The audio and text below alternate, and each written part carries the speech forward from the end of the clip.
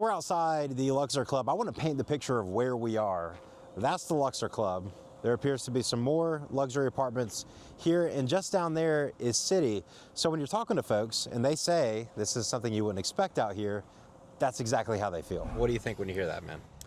Oh man, of course you're like, duck, you get scared, like, what's happening, because you never hear it, you never hear gunshots there at all. So according to JSO, this is what we know. A married couple were arguing, and you will hear from some folks who say they heard yelling last night. There was some kind of confrontation. JSO says the man drove away and came back, and when they approached him, they say that's when they saw him pull a gun.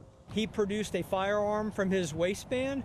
At that point, both officers fired and struck the suspect. The suspect was taken to a local hospital. Aid was rendered here at the scene, but he has died from his injuries. Police say the person they shot was 35-year-old Daniel Rodriguez. It marks the first JSO officer-involved shooting this year. Let's head up to Arlington. And we are on site of the second officer-involved shooting. You can see a hole in that fence, then a hole in this fence. Neighbor let me come in his backyard. He said this is where police came through last night. This is the house where it happened. Police say they arrived after gunshots. They found a person in the garage with a weapon. They asked that person to put the weapon down, and they arrested that suspect.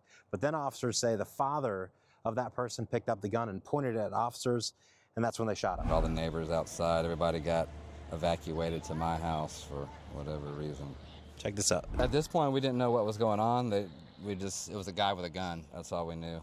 So everybody was on next door and everything, trying to find out what's going on. Now, it didn't end after that man was shot. Police say he went back inside and barricaded himself, and that's when this entire block and neighborhood was filled with police vehicles, SWAT, and other heavy equipment. That man, 68-year-old Alfaro Manalan, was taken to the hospital, this case being investigated by the state attorney's office. Otherwise, neighbors who live here say this is a nice, calm neighborhood with exceptions here at this particular home.